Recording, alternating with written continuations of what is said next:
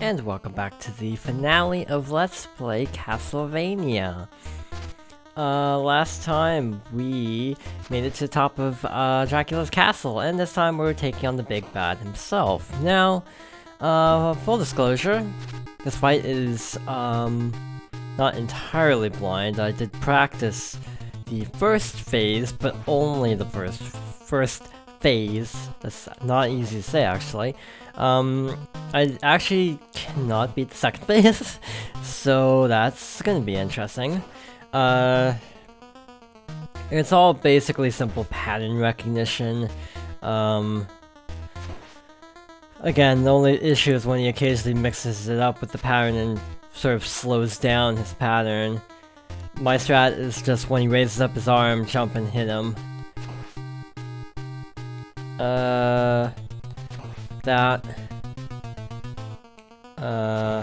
Yeah, he went a little bit slow there, but I was able to land before it was actually a problem, luckily.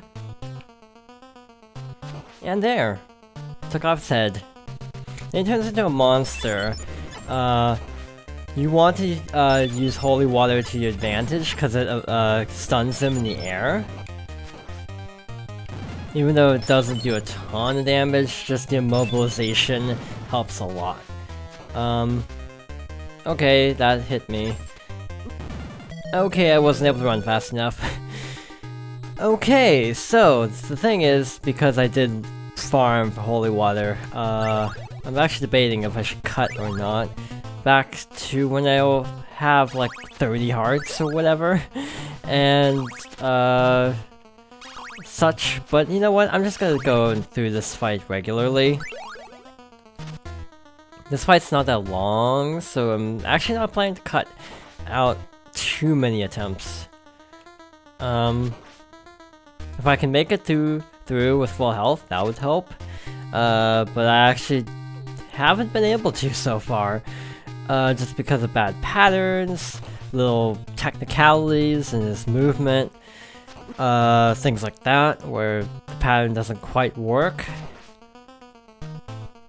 Him appearing on top of Simon. I actually don't remember if I've said the character's name in this Let's Play, but yes, we were playing as Simon Belmont.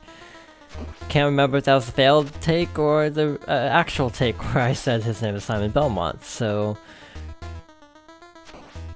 because we have a continue down at the base of the main hall-ish area, we basically don't have anything to worry about in terms of dying. We can basically just tank through this fight as much as we want.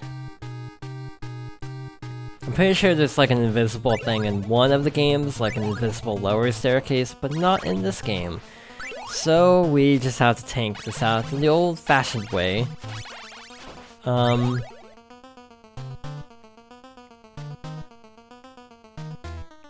So jump and attack. So I think this first phase is, what, 16 hits? I haven't actually really stopped and looked how much health I have, or Dracula has. Okay, that was bad timing on my part. I think if we hit the 10-minute mark without getting back to the second phase, because of random things, I might just cut to a point where we can actually feasibly defeat the boss. Because again, I have shown I can get through this.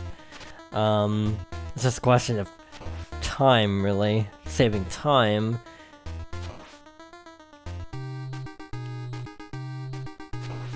There we go.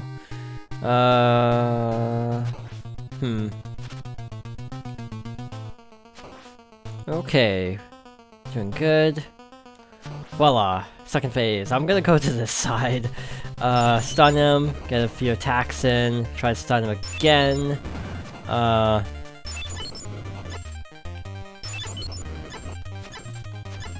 If you manage to hold on to a double upgrade, now would be the time to really put it to use. Yeah, that's a problem, by the way, getting cornered to the wall. That is rather unfortunate when that happens. I have seen a video where you can actually get a double power-up in this room. as one of the random drops, but I haven't actually seen that myself. That would help a lot, because then you can kind of stun lock Dracula's second form, which would help considerably. I think that last phase I was doing actually not bad. I say as I get hit. I'm actually just gonna do this, because I am clearly taking a lot of damage. I want to get to the fight with at least 3/4 health, which is actually only 3 hits now that I think about it. But hey, every little bit helps, right? Hit this. I haven't tried using the cross because the holy water does stun him, so I just feel like that's a better option. See, that's money now, so it randomly gave me money, which is actually not as good as hearts because we don't really need points anymore. So that's actually unfortunate. What did that actually hit? It made it sound like I hit something, but I didn't hit Dracula, so... I feel like this part of the game is actually the part that I'm enjoying like the most in a long time. Because it's not easy, it's definitely challenging, but it doesn't feel punishing either. Well, the second phase a little bit. Especially when you get pinned behind a wall and you can't run under him, because his short jump is too short. That was just me not thinking. I should have ran left. But this is actually a good fight on the whole. 4 more hits. 3 more hits. I don't know how I dodged that, not gonna lie. But yeah, basically if he teleports in the spot that you're moving to, that gets really unfortunate. Uh-oh. Ow. Getting hit by that sucks. Immobilization is actually the thing that actually helps. I don't think the holy water actually hurts him. See, like, that was a bad position. There was no way to get around him. And if you get pinned to a wall, you're pretty much stuck. Yeah, I'm trying to do this in one smooth, continuous take. But yeah, I think if we get to like 10 minutes and there's no luck, I might just cut to the second phase.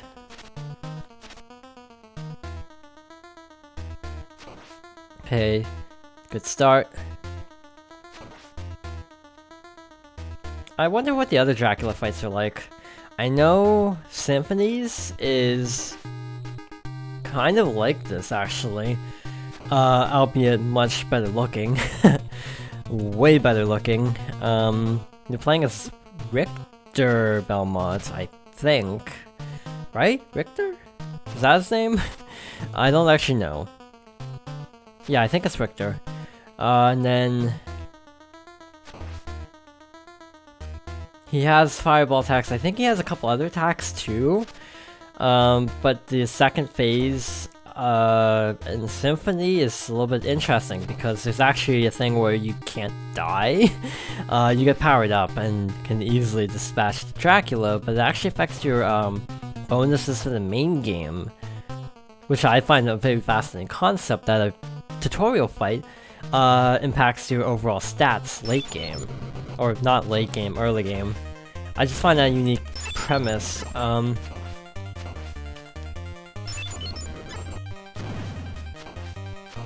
Castlevania games definitely do use some interesting gameplay mechanics.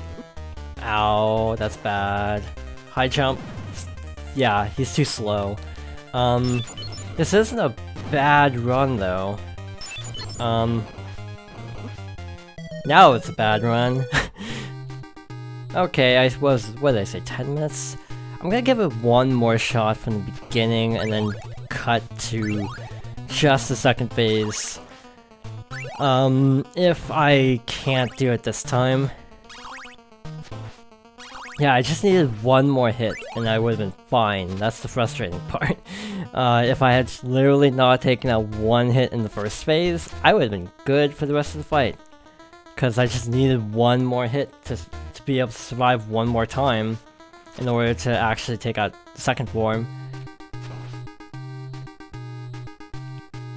I feel like this music is actually less memorable than a lot of the regular level themes, despite being the final boss theme. Ow. Same problem as last time. It's gonna be hard getting through that fight with only 3 hits. My big problem in the second phase is actually the fireball attack, because that's the attack I find is the most difficult to actually avoid. The jumping attack, I don't know how to deal with. I cannot do it with 2 hits. I'm pretty sure I can't do it with 2 hits, so yeah, I'm gonna try, of course, but I'm probably gonna die in the process. I pushed the button at the wrong time. Yep, did I jump at the right time and he did the fake out? Because he can do a fake out, so if you happen to get a double, then you're in luck. But otherwise, yeah, fun. There we go. We only have 1 hit though, so this is gonna end very badly. And he's positioned in a really weird spot on the screen. He has to do a high jump or we die. He did a low jump, so we died. So yeah, I'm gonna cut until we actually have a fair shot at this, so be right back. And we're back. So, I got him on this side of the screen, which is actually good because that gives me more room to actually chip away at him, rather than, you know, having to be pressed up against the side of the screen, like before. Except I'm now pressed up against the side of the screen, like before. But he's actually at half health, so, you should be fine. I did stock up on holy water, by the way, so if time is a little bit low, and why I have so much holy water, that's why, but that's the game. And there's our last red orb.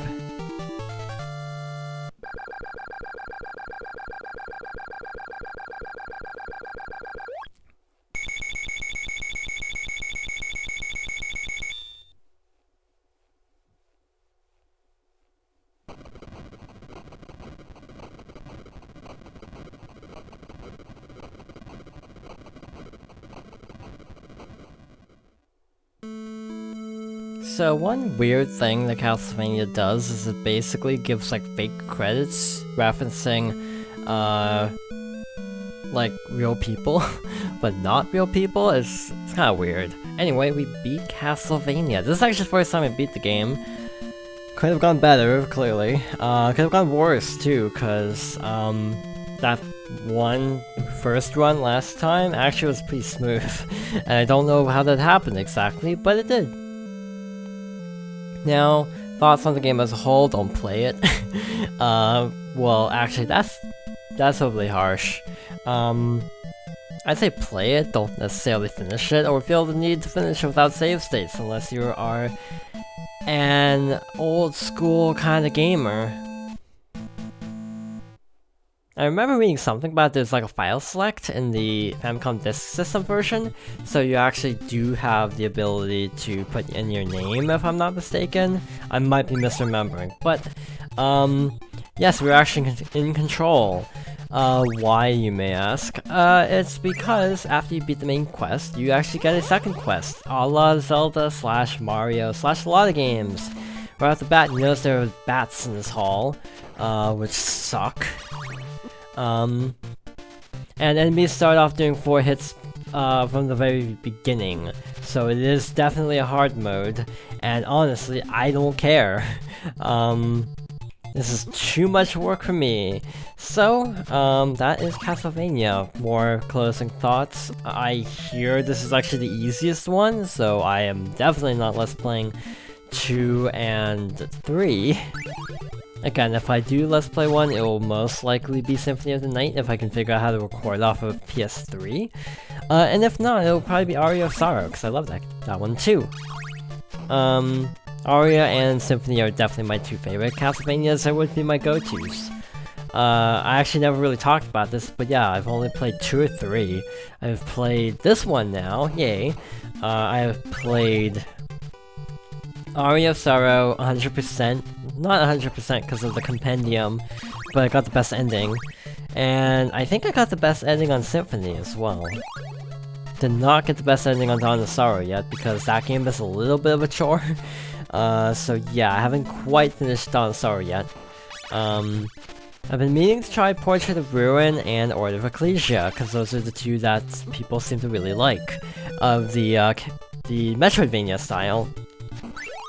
In terms of classics, most people say go with Rondo of Blood or Super Castlevania 4, which is a sort of a soft reboot of this game, actually, with actually good controls. Apparently it's still a little bit BS at parts, but it's apparently a lot better because most of the frustration of the game comes from the just difficulty rather than from the difficulty, the controls, the physics, and everything else. So yeah, my advice would be play 4 instead of this, because this version is difficult. Well, how many lives do I have? And yeah, that's basically my closing thoughts. I'm not going to be playing hard mode, so this is not going to be a game I complete, because screw that. This game is tough enough without bats everywhere. Thank you very much. And with that, we're done.